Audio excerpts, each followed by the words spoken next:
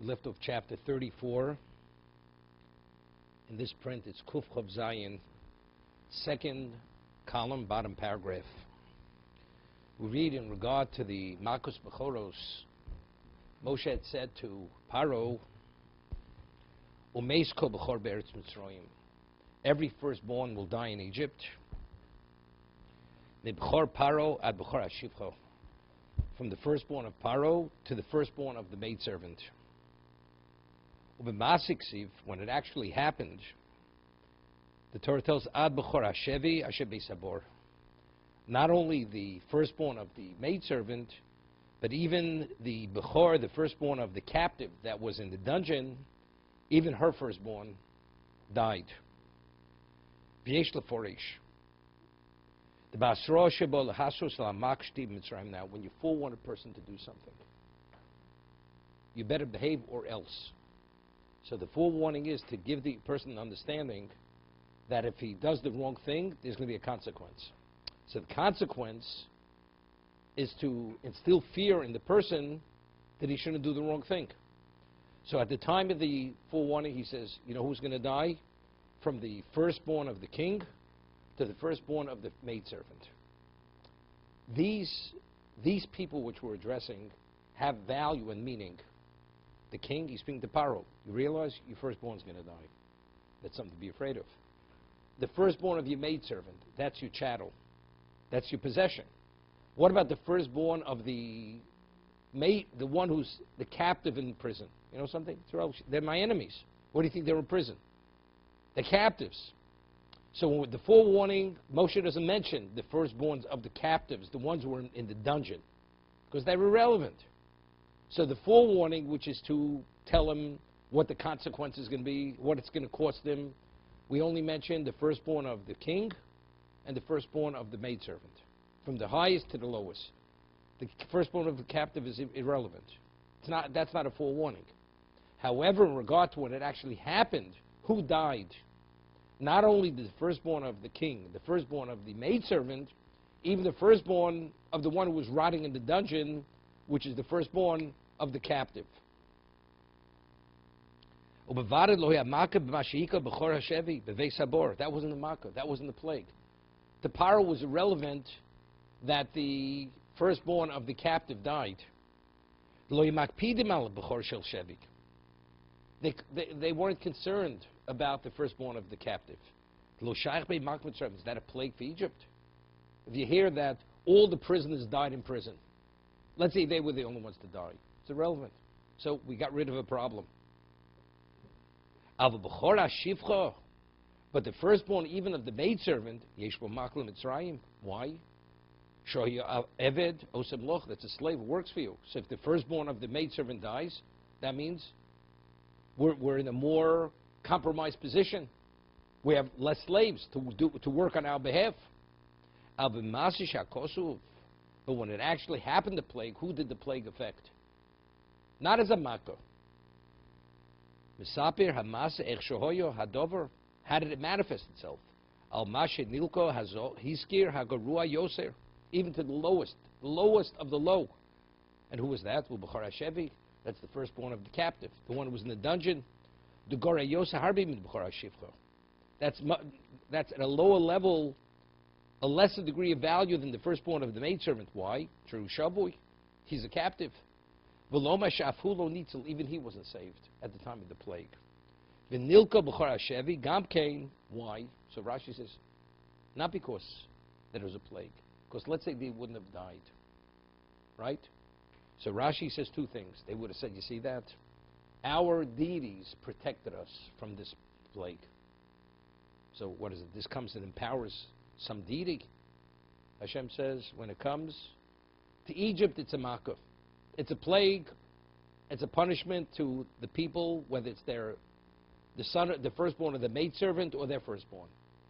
But if the firstborn of the captive doesn't die, what are they going to say? That gives credence to our belief, to our pagan belief. So therefore Hashem says even your firstborn dies. But Rashi cites another medrash. The medrash says when they show you Smechem Le'ed Yisrael, because even the captives, the lowly captives rotting in the dungeon, when he heard that they knew the Jews were enslaved, they rejoiced in the pain of the Jew. See, the Jews are the slaves. They rejoiced in that. So because you rejoice, therefore you deserve to die. But when you forewarn Paro that if he doesn't behave himself, there's going to be a consequence. Speaking about the death of the firstborn of the captives, that's not a forewarning. The forewarning was only what's going to be a makkah. That means you're going to be smitten. Smitten means you, your slaves, your assets are going to be damaged, are going to be destroyed. We speak about Hashem brought 10 plagues upon Egypt. We say it in the Haggadah.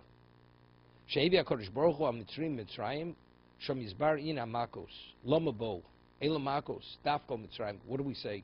These are the 10 plagues that Hashem brought on the Egyptians in Egypt. I mean, we're saying Makkah, what do you mean? But even the non-Egyptians were affected. You're right. Non-Egyptians, that wasn't the Makkah. Makkah means this is a consequence of your behavior. So who was smitten as a result of the consequence of your behavior? Mitzrayim, that was only Egypt. The Egyptians in Egypt. Others died for some other reason. It wasn't because they violated the forewarning, because they didn't behave properly. They died for another reason. If you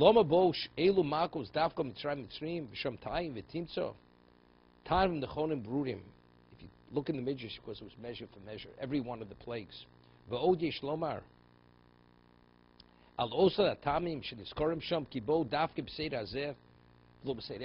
you take a look in the Midrash, why did it start first with the blood, and then the frogs, and then the lice? It was specifically in that order. Originally, Paro didn't believe in God. Paro says, Yud-Kei Vov-Kei. God is not a power. God is the all-encompassing power. God is the omnipotent one. He says, who's God that I should listen to? Hashem says, okay, you got to be taught. You're going to be taught who God is. We're going to start at one level, and as we go along, you're going to learn more and more. It's a lesson in learning. And finally, by the last one, then you'll have a full understanding who God is, by the 10th plague. Lo yadati es Hashem. Says in the Medrash, he took out an encyclopedia of all the deities. He says he's not listed. You hear the arrogance? He's not listed. Okay? He may not be listed, but you can hear about it. Kol hamakos bo'olov k'dei lodia shmo l'Mitzrayim. Every makkah came about to inform them who God is. D'chsiv v'yodu Mitzrayim. What is the objective of the plague? Not only to punish them. V'yodu Mitzrayim kinei Hashem. They will know that I am God. Person walks into a business. He's the chairman of the board. He's the owner. He's everything. Walks in, nobody knows him. They ignore him. Everybody's wasting time. They're destroying his plant, wasting his money. They don't know who I am. Okay, they're going to learn who I am. Hashem says, why does this existence exist? Because I will it. They believe it's them, it's whatever, it's something else. They'll understand. Through the plagues, they will know I am God. First,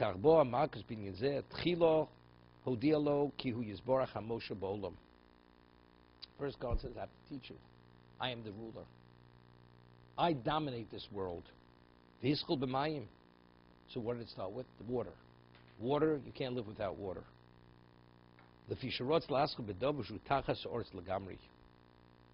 Now, water is not only what you visually see. Water, the source of water is in the center of the earth. What they call the water table, even below that. You have the terrestrial level. Water is even lower than the terrestrial. Tichsiv, as it says, Asher b'mayim mitach loretz. The water that's under the earth. Uchsiv kuol al yamim yisodo, val horos yichonero. It says the world was founded. What's the foundation of existence? Al yamim, on the seas. The sea is under. I mean, you mean the world is like it's floating? Usually, you build a foundation. It's concrete. It's solid rock, bedrock. Then you can build. David says, "Ki al yam yisodo." He founded the world on the seas. Val nahoros yichonen, and he stewarded on the rivers. So what's under the earth? Under the earth is water. The Herod of Pharaoh, she is Baruch Moshe Alzeh.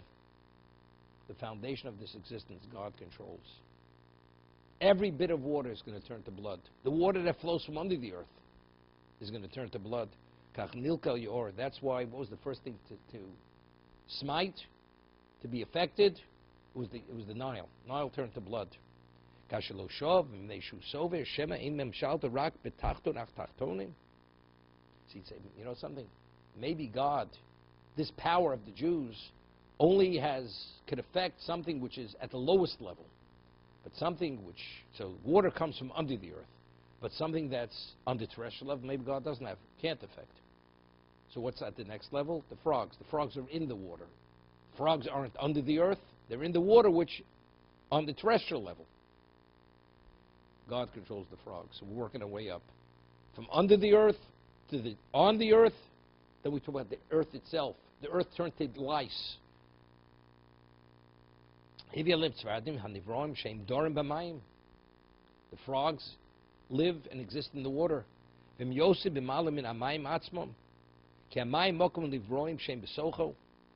water is the location to accommodate the frog.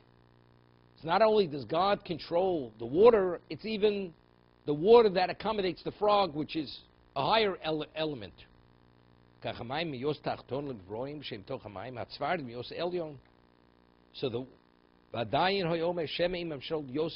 God doesn't control anything more than that. So what does God do? The earth turns to lice. Nilka ofelios kinim. The earth was smitten to turn into lice. Ze ba'oretz kirichsiv vach es afar oretz ve'hoyil kinim. Smite the dust of the earth, it's all turning into lice. So working way up. The water, the frogs, the earth. God controls everything from that point. Proven. What about the predator animals? They're on the earth. It's not the earth was converted into lice. These are predator animals, a mixture in unlimited numbers. It's the predator animals which dwell on the earth. So first it was the water, then the species that live in the water, so then it's the earth, turned to life, now it's the species that live on the earth, similar to the frogs that live within the water. These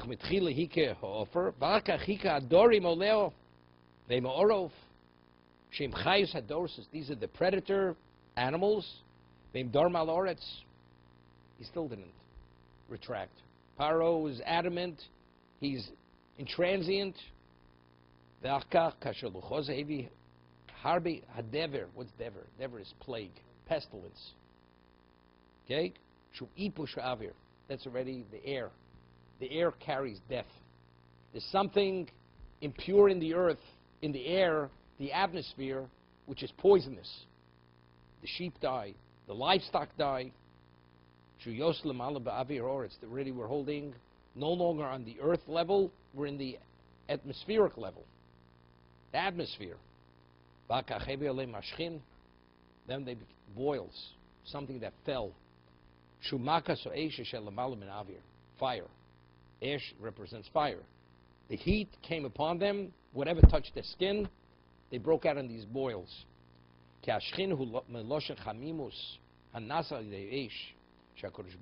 Maybe it's a degree of heat. Then what comes next? We're going higher. Hail. Hail and fire. This comes from the sky.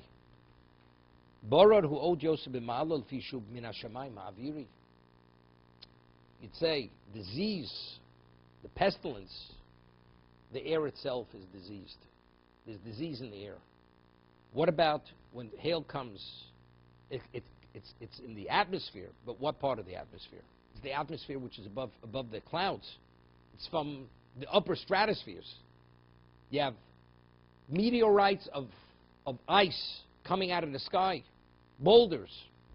What about the plague of the locust. Locusts don't come from where the ice comes, where hail comes from.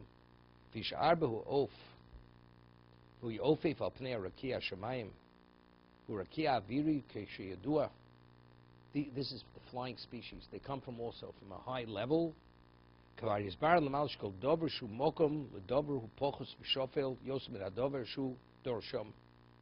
That we said earlier, whatever facilitates another species, that species has greater value than its location. I'll give you an example. Human being lives on the earth. The earth is vast. It's complicated. There's many things. But who has greater value, the human being or the earth? The earth is the location to accommodate the person. So the location is always lesser than what the location accommodates. So the birds or the locust, which have to do with the sky, they come out of the sky. Okay? So the sky, as much as it's beyond a human being's control, but the sky that accommodates the locust, that means the locusts are more advanced, have greater value than the sky. Because the sky is the location, and the locust is the species that it's accommodating. Even that God controls. So working our way all the way up. The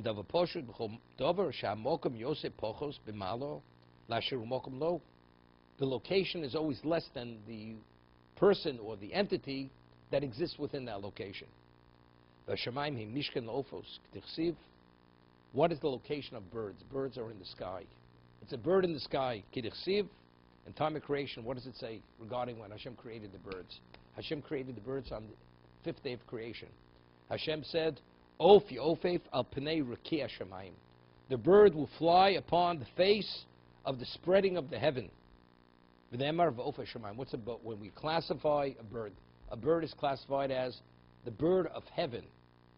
So if the heaven is beyond, so the heaven that accommodates the bird, even that God controls.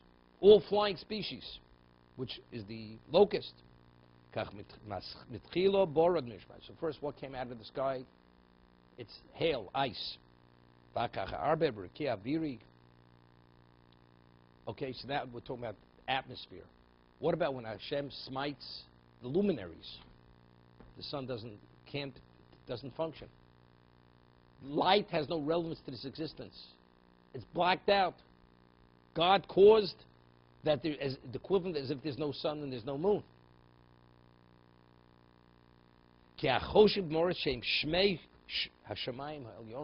It's the beyond. It's the upper stratospheres where you know how many millions of miles the sun is from the earth. And the moon, we're talking about endless. Even that he controls. So we're going beyond the beyond. What's finally the last plague? Smiting of the firstborn. When a person dies, it's not the physicality.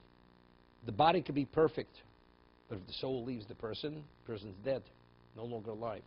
God even controls even something which is out of the realm of this existence. The spiritual component that exists within the person. It's something which is spiritual. As far removed as the luminaries, the sun and moon may be from the earth, but they're physical entities. The soul is not a physical entity. Even that entity, God is in full control of. So when God showed there's no level of existence, from the lowest to the most exalted level, first within the physical realm, then even within the spiritual realm, Paro says, it's time for you people to leave. Then it became known to the Egyptians, God is the ruler, dominates the earth from below, and heavens from above. What's under the earth? The water which is under the earth. What's above heaven? That means it's out of this existence. That's the soul. The soul comes from another existence. And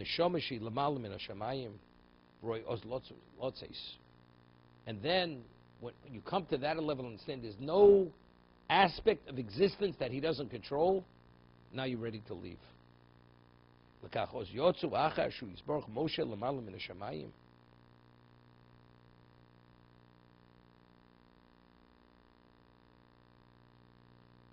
interesting. We read in Koheles, Shlomo Melech writes, "Ein chodosh tachas hashamayim." There's nothing new under the sun. Famous expression. The words of Shlomo Melech in Koheles.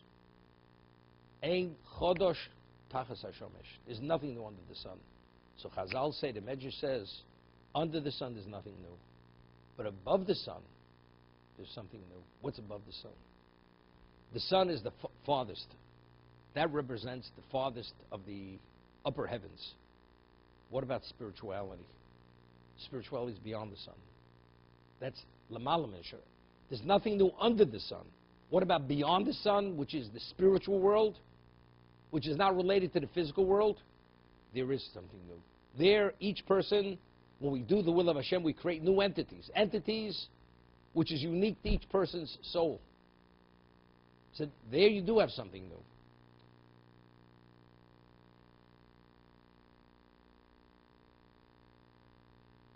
Kachos yotzu acher shu yizborach Moshe lemala min hashamayim u'mnei she'omru etz belokim.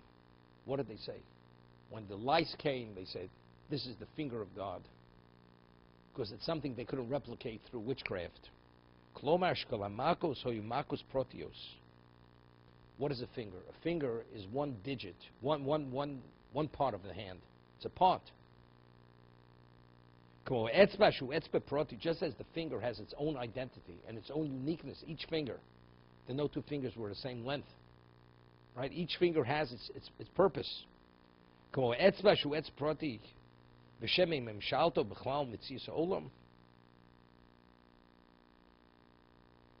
a etzba lokim. The Egyptians still didn't see it right. Etzba means it's individualized. God showed us individually he's able to control things.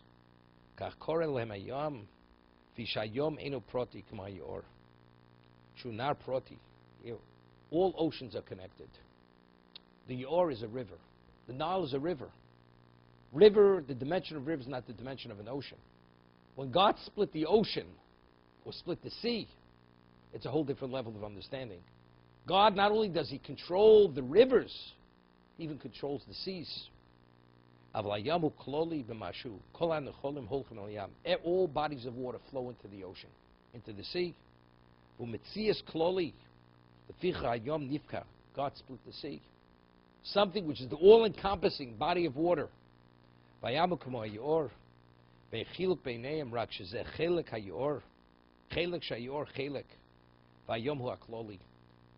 Nile is an aspect of a body of water. The ocean is the totality of the body, represents the totality of all water.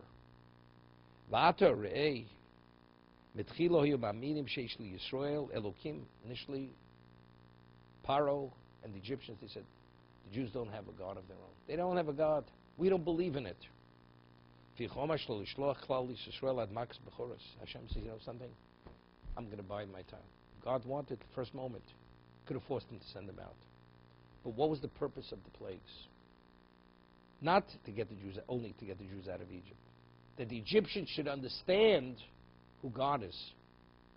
God is not just a power. God's not only an aspect of existence. God is existence. Existence exists every aspect at every level because God wills it. That's what the Egyptians had to be taught. And they were taught this through the 10 plagues and through the splitting of the sea.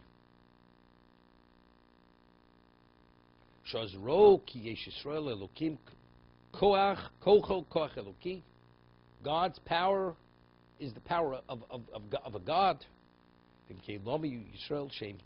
Imo tachs rishusam.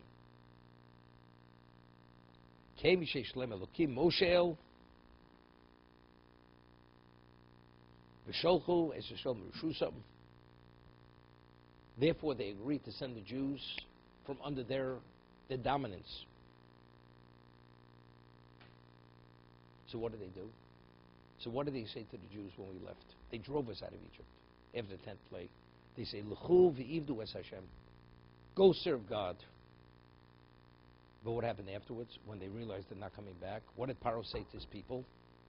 He said, Erdov aseg achalek sholo. I will pursue them. We will run after them. We'll come upon them, and we'll split the spoils. I'll split the spoils with you. Although I'm a king, I'll split equally with you. What did they say? They thought even after the Max Chorus, it's etzba. It's etzba. It's a finger. Etzba lokim. A finger is one of 10, but still, it's not all encompassing. They still didn't see the all encompassing.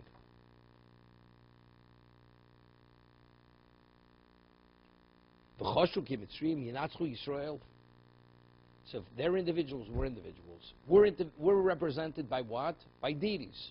They have a deity. Now, whose deity is more powerful? Ours or theirs? They believed.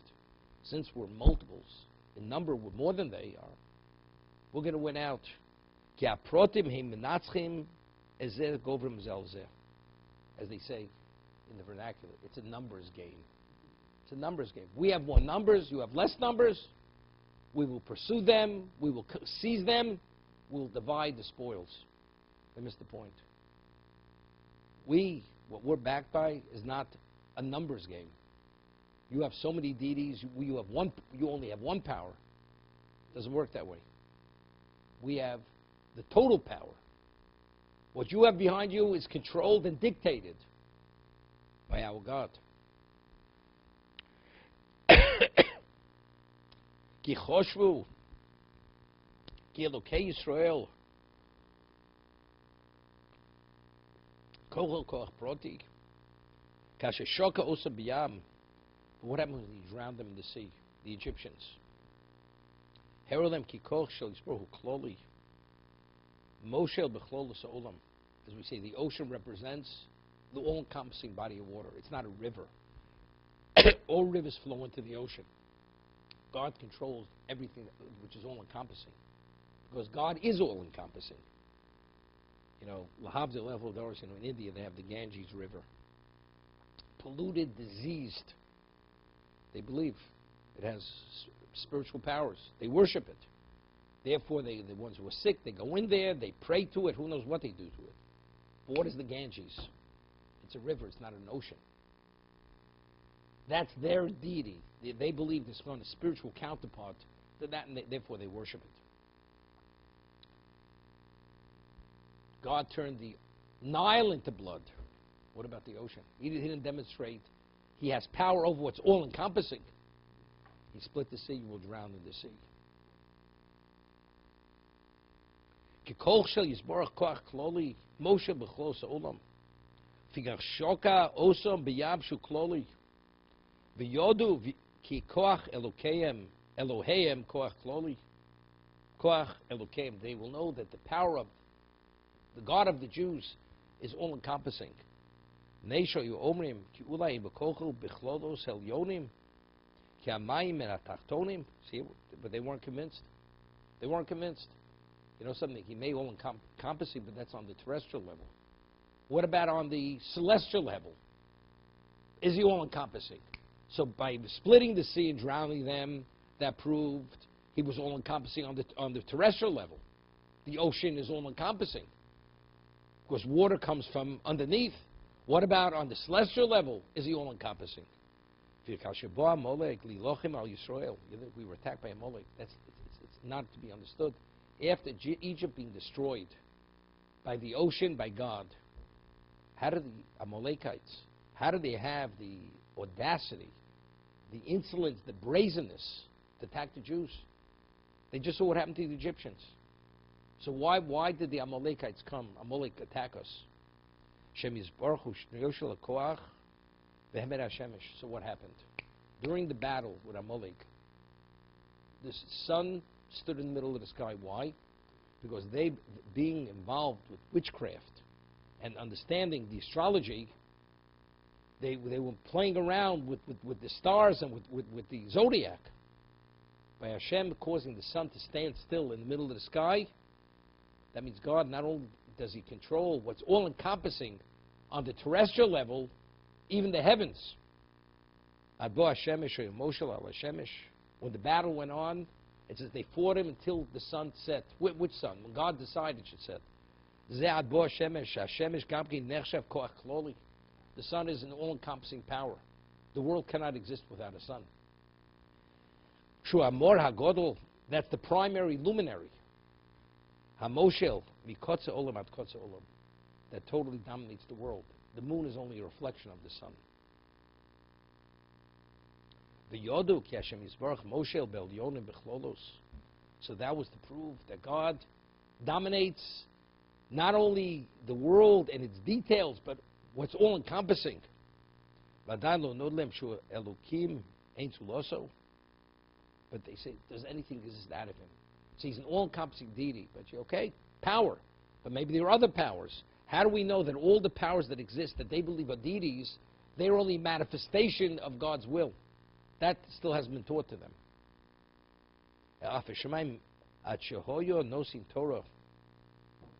You know, when they knew that God's more than a more powerful power than them, that he is the power of all powers, and they are only manifestations of his will, when he gave the Torah at Sinai. What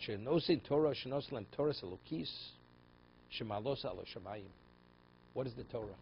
The Torah transcends even the sun, everything. The Torah is encompassing of all existence. What was the blueprint of existence? The blueprint of existence was the Torah itself. God gazed in the Torah, he created his existence. So he gave the Torah. So by giving the Torah to us, bringing heaven to earth, what did he project to the world? God's not only encompassing within the physical, God's in its totality all-encompassing. V'omar lohem, what did he say to us? We heard the 10 Commandments. Anochi Hashem Elokecha asher tzisicha me'eretz Mitzrayim. I am God who took you out of Egypt. Omru chachomim shekora hashemayim shmei shemaim u'yonim v'hero lehem shein otzu losu. What happened to the Kabbalah Torah? He opened the heavens and the earth and showed no power exists in existence other than him. What does that mean? That means all the other powers only manifestations of his will. That's all they are. Nothing exists outside of him. You were shown to see. God is the power. Nothing exists outside of him. What about this angel? What about that angel? What about this luminary? The manifestations. He wills their existence. But Dovaze his bar b'siv gur aryeh, Parshas Yisro v'od yisbar. Phenomenal. So when did it culminate? It started with the water of the Nile turning to blood, working his way to show Egypt and the world who he is. He works his way from the lowest to the highest. The highest was spirituality. He took the neshama. First he showed how he encompasses all existence, but it still wasn't clear enough. Then he split the sea, which is the ocean, which is all-encompassing, but that's only on the terrestrial level. What about on the celestial level? During the battle with Amalek, the sun stood in its location. The battle raged until Adbo Hashemesh, until the sun set. But still not enough. Because that's all in the physical realm. What about the spiritual realm? The physical, spiritual realm, that was Sinai. The Torah is the all-encompassing. All-encompassing. So I was thinking, when we fought Amalek, who directed the battle? Yeshua was sent. He was the general on the field. But in terms of who prayed, Moshe prayed. It says, as Moshe raised his hands, the Jews were victorious. As Moshe lowered his hands, the Jews started to lose. So the Gemara asks, the Mishnah asks, V'chi Yodav shel Moshe osis milchama. Did the hands of Moshe, did they cause war? I mean, they're fighting the battle. Or shovish milchama. So it says, no, if the Jews themselves looked towards heaven and they had belief in God, that brought victory. But if they did not, that brought, God forbid, defeat. But who's Moshe? Moshe is the all-encompassing person. Moshe is all-encompassing in every sense of the word. He's the equivalent of all the Jewish people. So we're speaking about all-encompassing. God is all-encompassing in the absolute sense. Moshe as a human being, in terms of his value, is the equivalent of, he's all-encompassing. It's interesting. It says that if you save one Jewish life, the Mishnah says it's like you saved the whole world. You have 7.5 billion Gentiles in this world. One Jew has greater value than 7.5 billion. So we're not talking about gross national product. We're not talking about that. We're talking about the innate value. Because what's the innate value of a Jew? It's his spirituality. It's not his physicality. Moshe says if one Jew is the whole world, even 8 billion people. So what is Moshe? Moshe is the equivalent of all the Jews. So what dimension does Moshe have? Moshe's dimension would be what God is to the world, Moshe is to humanity.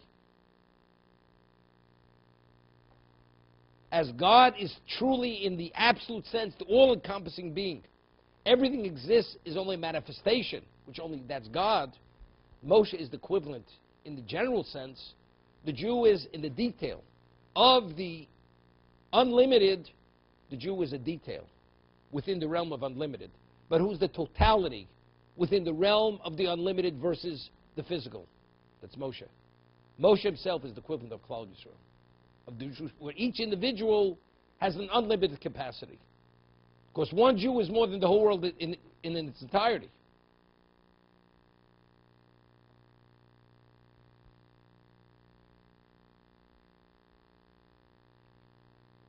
It's interesting. People are impressed.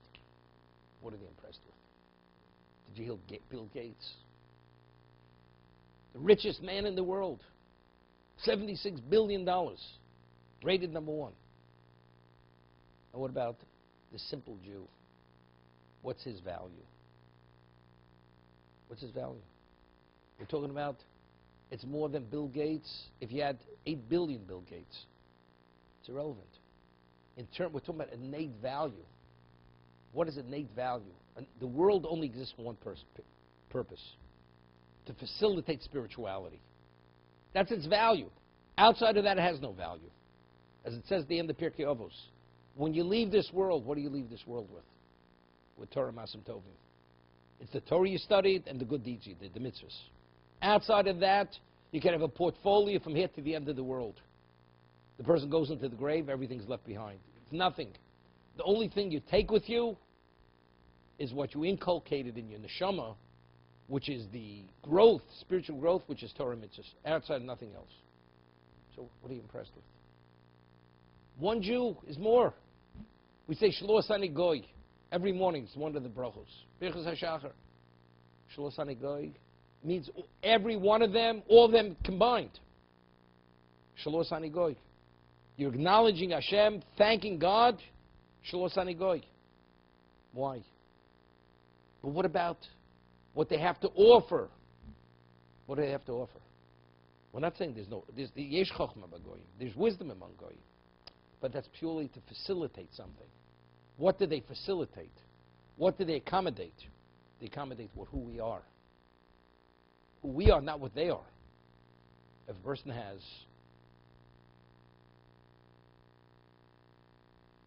a person who runs his company, one of a kind of a genius, and he gets a bonus and he gets a salary, what's his value to the owner of the company? His genius? That's not his value. His value is because of his genius, he runs the company at a special level. But if he wouldn't run my company, to me it's irrelevant. He wouldn't get the salary, he wouldn't get the bonus. So what's the value of his contribution? Because I'm a beneficiary of his contribution. That's his value. Therefore I pay him the salary and I give him the bonus.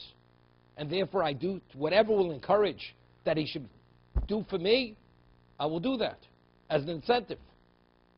So the value of anything in existence, the wealthiest non-Jew, the most brilliant non-Jew, what's his value? only to facilitate spirituality. Outside of that, it has no value. So the Jew who is the center of the universe, what are you getting all excited about? What are you so impressed with? But did you see his house? Do you know what kind of bank account he has? Do you know what kind of collection he has? I said, but what's its value? It has no value. The value of existence is only to facilitate. If it doesn't facilitate, it has no value. And even facilitates. If it's as a facilitator, it has value. But what's its value? What it facilitates. But what does it facilitate? The Jew. So if it's a Jew, so one Jew has greater value than everything in existence, including all non-Jews combined.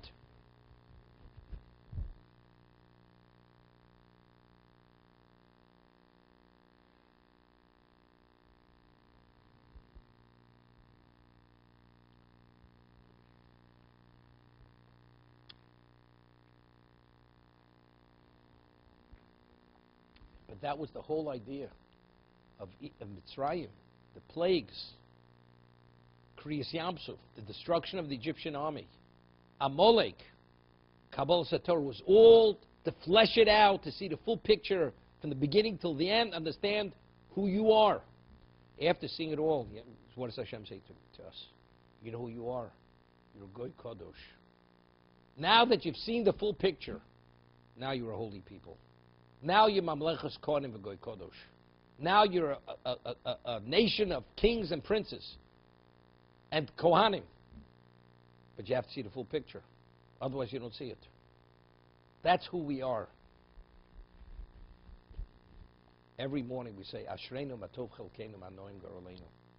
Ashreinu, fortunate we are, matov chelkeinu. How good is our portion. Uma'noim garolenu, how pleasant is our lot. Ashreinu. Uma yofi Yerushaseinu, how beautiful is our inheritance. Well, what do we have? We have Chamisha Chumshi Torah. We have a neshama that's special. Go try to sell it on the street. It's not for sale. It's not something because you could sell it, Chas v'sholom. It's an endowment. A person is royalty. He's born with royal blood. And nobody acknowledges him. The commoner doesn't want to look at him. Doesn't give him the time of day. Does that in any way diminish his innate value? He's royalty. Who are you people? You're a bunch of slaves. But you could hurt me. You have greater wealth than me. Therefore, but who am I and who are you? You people are nothings. A lion, physical strength, has greater physical strength than any human being. It's king of the jungle. It's Melech Shebchayos. It's the king of the non-domesticated species. But whatever you call him, what is he versus the human being? It's an animal. So what is the human being versus the Jew? A physical being. That's it. So a person who prides himself, what do we pride ourselves on? Who we know or who we are? It has to start with who we are. Hashem gave us the ability by seeing what he did to Egypt. The Esamakos, the splitting of the sea, the destruction of the Egyptian army. Amalek being destroyed. And everything, and followed with the giving of Torah at Sinai, after seeing the full picture. And he opened the heavens and the earth to show nothing but him. And despite that, he took us to be his people. So who are we? Evidently, we have to be something special. And he says, B'ni B'chori Yisrael, you're the equivalent of my firstborn. So who's the Jew? The Jew has to be ecstatic. Asher bocha banu mikol ha'amim v'nosel lanu es Toraso. He chose us, all nations, to give us his Torah. We're the only one. The fit is only right, we and Hashem. The fit is not right with the rest of the world. Doesn't fit. There's no compatibility, there's no relevance. So what level of understanding of self-respect should a Jew have? Even if he has nothing. You have nothing, we have everything. Not only we have everything, we are everything. That's what has to be learned from all this. To be continued.